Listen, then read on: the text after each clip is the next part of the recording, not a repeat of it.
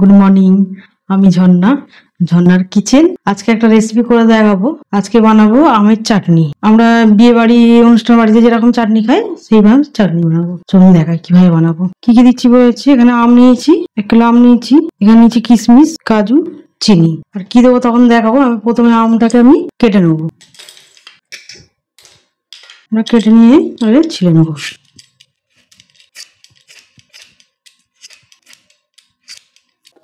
আমটা আমার কাটা হয়ে গেছে, এরকম পিস করে নিয়েছি। এখানে আমি এটা কড়া বসিয়ে দিয়েছি, অল্প সামান্য তেল দেবো, পরিমাণ মতো।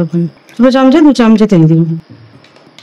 তেজপাতা নিয়েছি, তেজপাতাটাকে দুফালি করে দিয়ে দেবো। এটা শুকনো লঙ্কা নিয়েছি, শুকনো লঙ্কাটা দিয়ে দিলাম। এখানে দেবো 5 ফোড়ন, 1 চামচে 5 ফোড়ন দেবো। ভেজে নেবো এটা।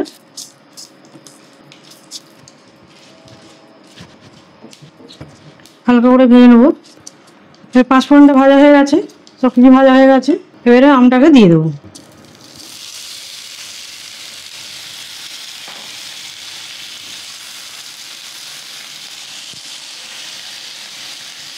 ভালো করে মিশিয়ে নেবো।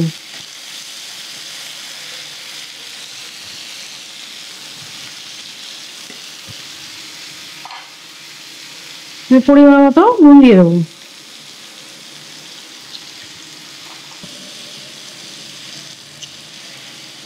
এটা ভালো করে মিশিয়ে নেবো।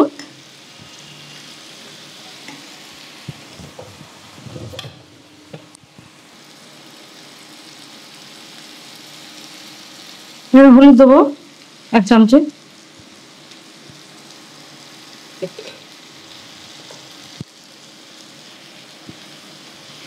হলুদটাকে ভালো করে মিশিয়ে নেবো।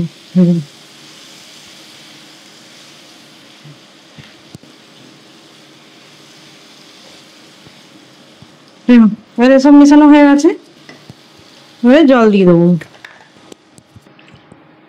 আমটা সিদ্ধ হবে, সব মিশিয়ে নেবো। এবার একটু চাপা দিয়ে সিদ্ধ করে নেবো।